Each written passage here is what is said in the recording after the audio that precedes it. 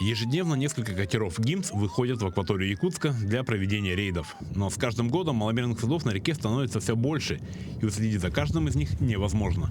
Поэтому на помощь инспекторам приходят беспилотники.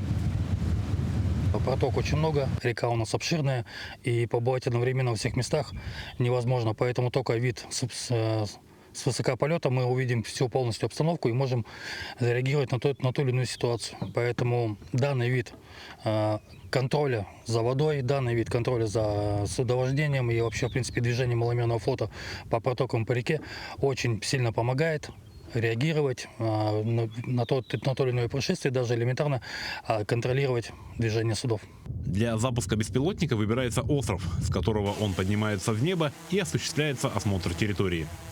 Сейчас на вооружении Главного управления МЧС России по Якутии 7 беспилотников вертолетного типа. 4К видео снимает, дальность у него в радиусе до 5 километров, время полета максимальное 15 минут. Вот, за эти 15 минут можно обследовать там 5-6 квадратных километров водной поверхности. Цели увидели, зафиксировали, передали, и туда уже на лодке выезжает патрульная группа. Маломерное судно на реке, как и автомобиль на дороге, является объектом повышенной опасности, и управлять им без соответствующих документов запрещено. Также нельзя управлять судами в состоянии алкогольного опьянения или создавая опасные ситуации. Именно за этим и следят инспекторы ГИМС, ведя контроль не только с воды, но теперь еще и с воздуха. Александр Хавренко, Ниргун Старостин, Якутск.